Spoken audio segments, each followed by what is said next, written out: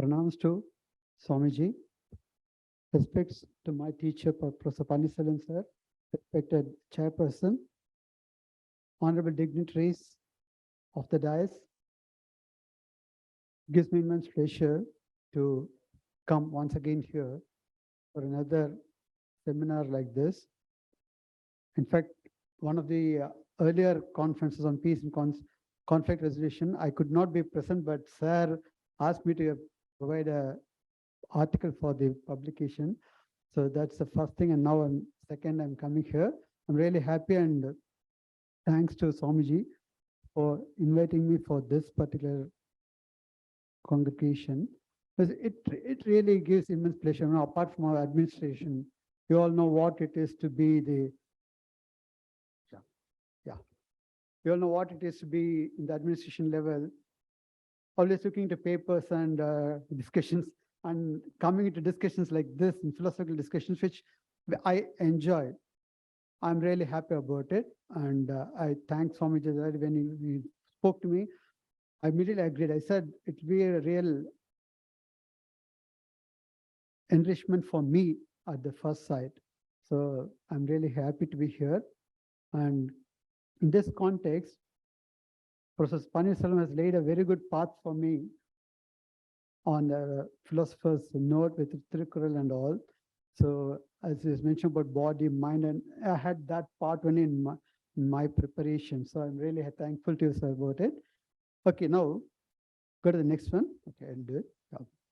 Because I just wanted to start the whole session with the Shanti Mantra, Sahana Bhavatu. Please play it. You can just click it, play it. Yeah, just play it from there. Om Sahana Bhavatu Sahano Bhunaktu Sahaviryangkaravavahai Tejasvinavadhitamastu ma vidvijavahai Om Shanti Shanti Shanti. Now, now, why I wanted to start with this is for two things. The need for education is togetherness. And the other one is peace, that you heard it at the end, Shanti, Shanti, Shanti. If you go to the meaning of what education is understood right now and what education should be and how it can be related to peace, this is what my area is. When you go into this particular shloka, it talks of how it prays for togetherness, how we live together, may we live together, may we work together, may we perform together, to all well-being and togetherness. This is what the whole thing. But then the last Om Shanti, Shanti, Shanti. In fact, I'll be coming later. The term for peace, whether it is Arabic or Hebrew or Sanskrit, it all means two things. The two things are not different from each other. I mean, they're not one avoiding the other. It can be together, or one of them can be. Like, for example, avoidance of violence, or the coexistence of harmony, peace, etc. So therefore, it can be both of this or any one of this, as per the meaning of the term peace. So with that introduction, I want to go into this. Some notes I want to place here. Next one. Yeah. The former Prime Minister of Australia, Julia Gillard, she had mentioned two things on education. I quote, education reduces poverty, improves health, increases gender equality, boosts economic growth. Education is an investment that pays dividends in many generations, too many generations. Another quote, education is an investment in peace, security, and economic prosperity. And we should tell the world leaders this. These two are important things. What it means is that people have understood lack of war after the Second World War as the result of spread of education. Next one. Here, is it lack of war? In fact, one of the important thinkers, Galtung, I think, of peace studies, mentions whether, we made a decision of peace for as two aspects. But before that, whether when we talk of absence of war, is it only with respect to the important major wars, or is the world conflict ridden? These two things. Of course, we do not have any war after Second World War, major wars. But looking at countries like Sri Lanka or India, Pakistan, or some of the important small countries, where a lot of conflicts are taking place. Now, when we talk of peace, is it absence of war or absence of even conflict? In which way should we take? Here, of course, I just looked into one internet article where 10 principles have been mentioned as to how education can promote peace. Number one, education boosts confidence, because once you have confidence, then you have the sense of fearlessness and it can instill optimism. Number two, education promotes independent thinking, where it helps us to avoid beaten track. Always when a person goes in one way, whole society wants to go into that way. Instead of that, education gives us scope to think, rethink, and reevaluate what we have done. So this is one important aspect where we can avoid conflict. The third one, education inspires problem solving. Problem solving, it can be either taking things from clue from what others have done, or bringing the solution from our side, and new thinking. When you do new thinking, that can also help in conflict resolution, because a new light can be thrown into that. Number four, education builds communication skills. You know, communication is very, very important, because many problems rise because of people not knowing how to talk to the other person, how to communicate their ideas. So that is solved by education. Number five, education opens doors, of course, for employability. But earlier on, it was the problem for employment. But now it's a problem of employability, where concerns are talking about, the organizations are talking about, they need people, they have, but they are not able to employ them, because they don't have the skill. They have the degree, but they don't have the skill. Now, what is important is to develop skills along with your education. But then there's one more thing, how we must respect others, how we must give room to others' views. All these things will be taken into account. And once unemployment is solved, that it's also a cause for concern, which can help in avoidance of conflict. Then education reduces poverty. And next slide. Education increases political involvement. Of course, I have my doubts here, whereas many of the educated do not go to the polling booth of late. But it is mentioned there that education helps in political involvement, in the sense that an educated will expect some accountability from the government, and also good proper governance. So that way education can help. The eighth point is education reduces support of terrorism, because it's believed that an educated will not go for militancy or terrorism, whereas an uneducated might be able to. But why they said is, if one person, especially if a woman, an educated woman, does not support terrorism or militancy, she can influence her husband, her children, her society, her family, her relations, and in that way the community. So in that way, that can be a very important factor for reduction of terrorism and militancy. Next one. The education builds empathy. This is very, very important now, today's world, because it is not only belongs to what I want to say, but I should also listen to what others have to say. So that, giving room to the other is very, very essential for resolution of conflict. The last one, education cultivates respect through school, through colleges. we learn to respect our teachers, and that can move out to our brethren within the family or in outside society everywhere. So that these are the ways in which education can contribute to peace. This is what the article mentions. But now, my question, going with another thinker, is this idea talking about the conceptual meaning of education or the systemic meaning? Because, go to the next one. The conceptual meaning and systemic meaning, what I mean is the education system prevalent in our country and any country for that matter. Now, does this give scope for whatever I have said so far? Or should we have a redefinition of the concept of education, going in line with what Professor Panitram has said? Of course, I've taken my ideas from Swami Vivekananda, and since he's also touched that, it comes closer.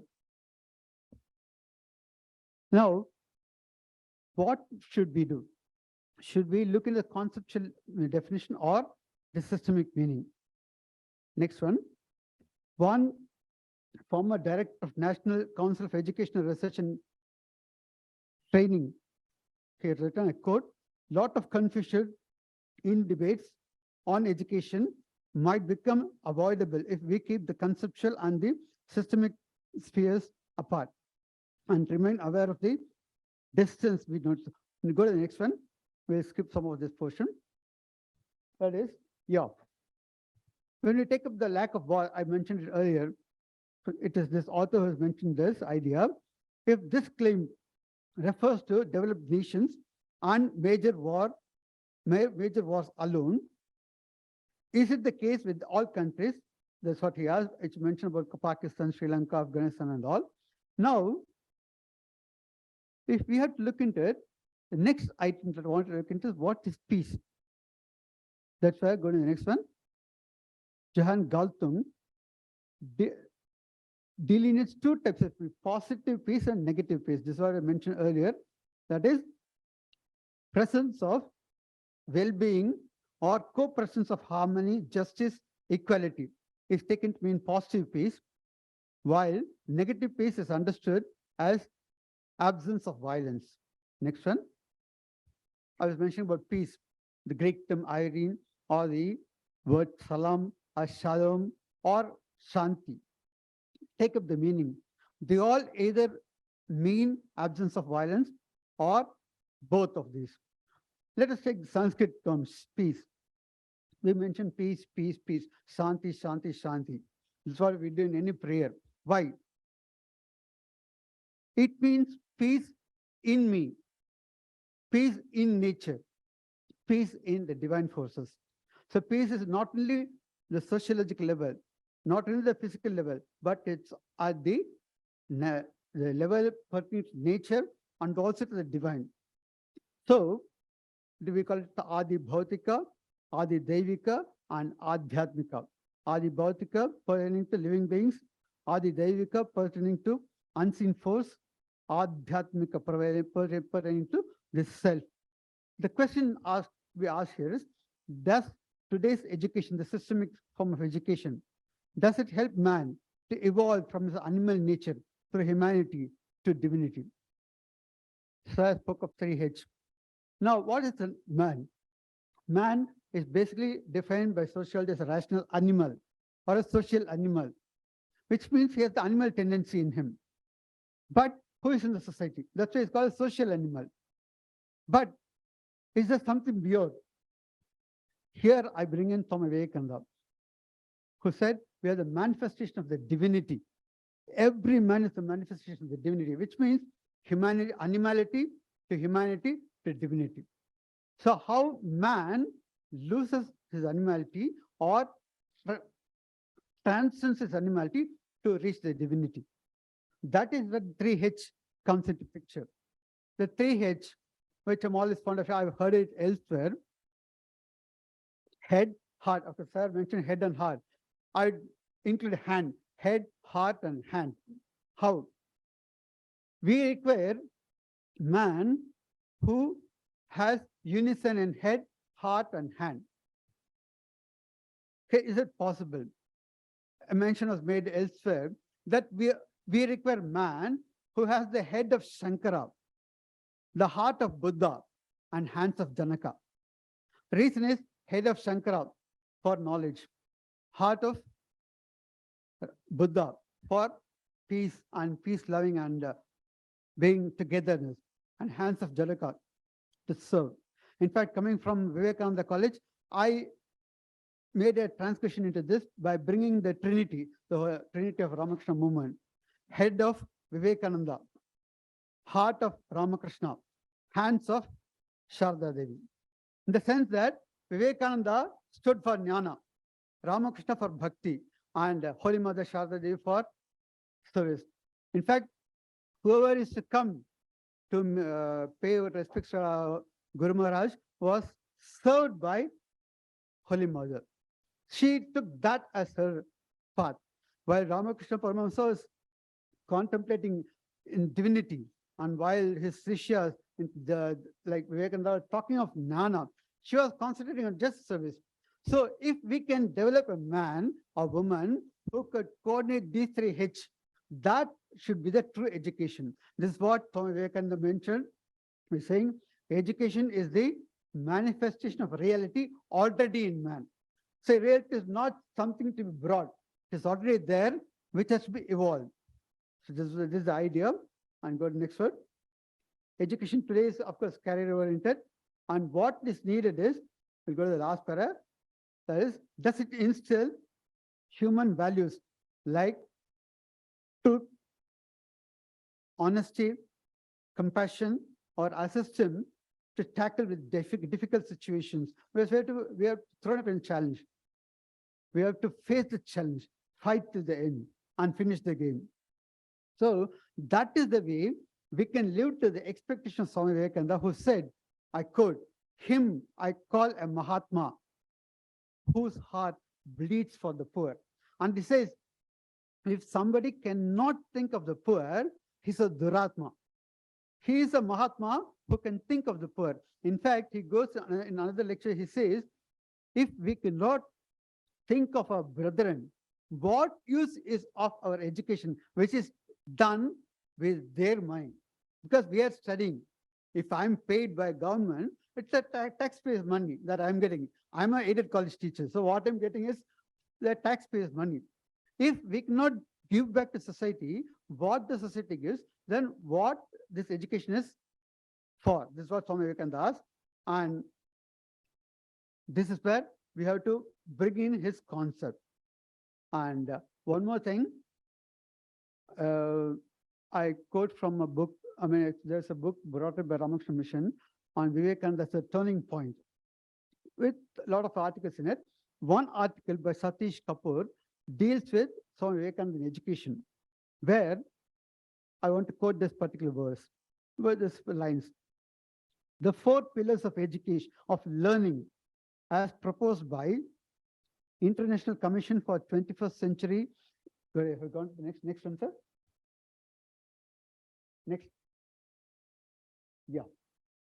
The 4 pillars of learning proposed by the International Commission for the 21st Century in its report to UNESCO.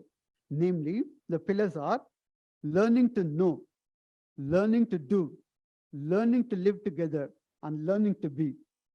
These 4, according to the author, echo the ancient Indian spiritual values and aspirations of Swami Vivekananda, as who was the true embodiment of this. That is, learning to know. That's what we do.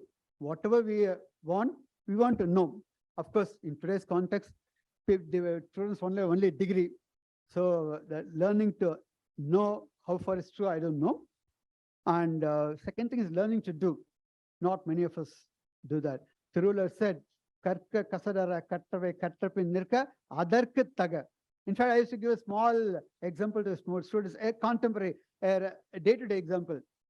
I just asked the students, while you come in the footboard, you would have got admonitions from the conductor. What are the words exactly that the person says? The conductor says, Padichirke, Teriyada. What is the expectation? If you are learner, you are not supposed to do this kind of mistake. So, Katrapin Nirka Adarkatlag, this is the example. This is the meaning for that.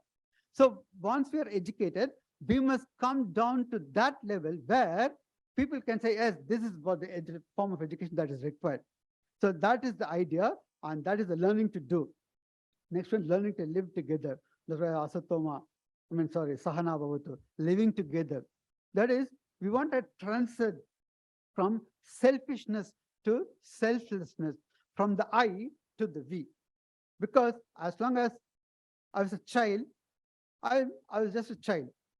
But now I'm a teacher. Now, as a teacher, as a person in the family, I must take care of my family, my students. Now, apart from that, I'm also the countryman. So I must take care of what is required for the country. So I may not be able to do great changes as Modi has done, or as Indira Gandhi has done, or Jawaharlal Nehru has done. But I must play a part where somebody from the student community can come to that level. So what have I done to that stage? That is at least to help students learn to live together, because student life is one stage where we know how to give and take, not respect. We say give and take respect. I'm not talking that. How to give ourselves and take back what is needed for us from them. So that togetherness, we need to get it. In Telugu, we say kalasi melisi tirugudam, kalasi melisi perugudam, like that. How we ought to live together, how we ought to grow together. And lastly, learning to be. Learning to be. Does our BA or MA or ML or MBA teach us to live? This is the question, because whatever we talk of systemic education, it's only about education with respect to living. But what does it contribute to life? That is the question we have to answer for learning to be. As I said, nirkadarkataga, to be, to become. As I said, being to becoming. So what is it going to contribute to our becoming, which is going to be helpful for this society? And in this case, I mentioned, I don't have to go to the next slide. I just mentioned, we have already mentioned, Swami Vivekananda envisioned a compassionate man who is intelligent and good at heart. As I mentioned, Ramakrishna Paramahansa, Vivekananda, like that. And in fact, in Shikshavali, part of Taittiriya Upanishad, we have the verse, Veda Manuchacharyo Antevasana Manashasti Satyam Vada Dharmam Chara. This is what, in fact, I heard in a convocation in our college. In fact, I'm very proud to mention this, a particular speaker on the convocation day, he mentioned this is the type of convocation address in those days. At the time of the hermits, where students will come and stay with the gurus and learn. Because it mentions Satyam Vada, Dharmam Chara. It's not Satyam Vada, not Vada. Vada is killing. Satyam Vada, speak the truth. Dharmam Chara, do the right. And furthermore, Satyam Vada, Dharmam Chara, and then Matru Deva Bhava, Pitru Deva Bhava, Acharya Deva Bhava, Atiti Deva Bhava. That is, consider a mother as God, consider a father as God, consider a teacher as God, and consider everybody else as God. Of course, when I say that everybody, it includes me, because our Indian tradition says we have to realize divinity first within us and then see the divinity everywhere. Therefore, looking at God, or looking God in everything, in you, in father, in mother, in teacher, and this is the convocation address that was there at that time. And now I don't want to replace this system with the spiritual system. What we intend is to incorporate this into the system of education, as University of wanted value education. A few years back, University insisted on value education. But luckily for our college, we have the teachings of Vivekananda. So we said we'll have a course on some Viveka studies for all the classes, both UG and PG. But I don't know what happens in other classes, other colleges. They may be having their own thing, but I don't know about it. But at least from my side, I can say we have this particular thing. Because if you learn Vivekananda, it's because Vivekananda didn't want everybody to become saints. He wanted everybody to be perfect in oneself, to be perfect in the family, to be perfect in the world, and to respect oneself, to respect everybody. So that's the idea which is given here. So this one note here. Of course, before that, I had actually thought of starting with two things. Just go to the next one, sir. Shyam. Next one. Yeah. Yeah, this is the last one, fine. Okay, it doesn't matter. Because here he talks of what education is today and what type of education he wants. I'll just read it. What education should be, according to Swami Vivekananda, and what it is right now. Education is not the amount of, which comes closer to what Professor Panisan said. Education is not the amount of information that is put into your brain and runs right there, undigested all your life. We must have life building, character making, assimilation of ideas. If you have assimilated ideas and made them your life and character, you have more education than any man who has got by heart the whole library. One quotation. Another place, in the context of contemplation without action and ethical values, he mentioned this is very important for the current trend of education. The education, I quote, education which does not help the common mass of people to equip themselves for the struggle of life, which does not bring out strength of character, a spirit of philanthropy, and the courage of a lion. Is it worth the name? Real education is that which enables one to stand on one's legs. It should be such that it should help man to face challenges of life, bring out strength of character and all, and face situations boldly, inculcating love and concern for others, and treating them as equals. And now the last one, I would like to conclude with this statement by Satish in his article.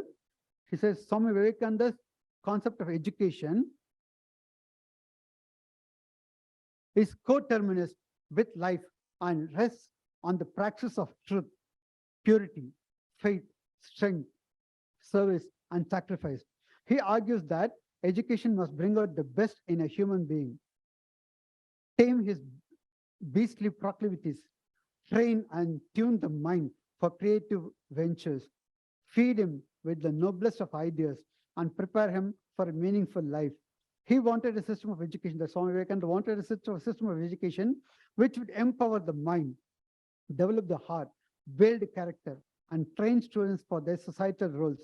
He was convinced that education would remain incomplete if it does not improve human conduct, burn out the dross of ignorance, obliterate narrowness of mind, passivity, and negative thoughts, check the lower appetites within reasonable limits, and elevate the society spiritually.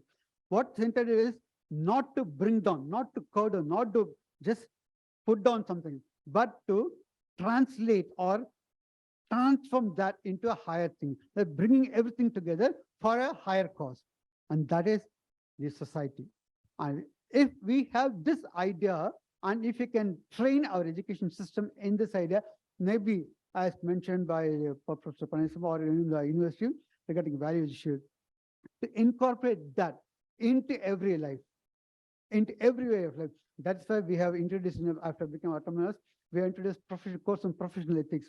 How philosophy can be useful for a profession, a doctor, a lawyer, an engineer, or anybody for that matter. Because Sophism, way back before Socrates talked of the work, how we should take the work as our duty and work accordingly.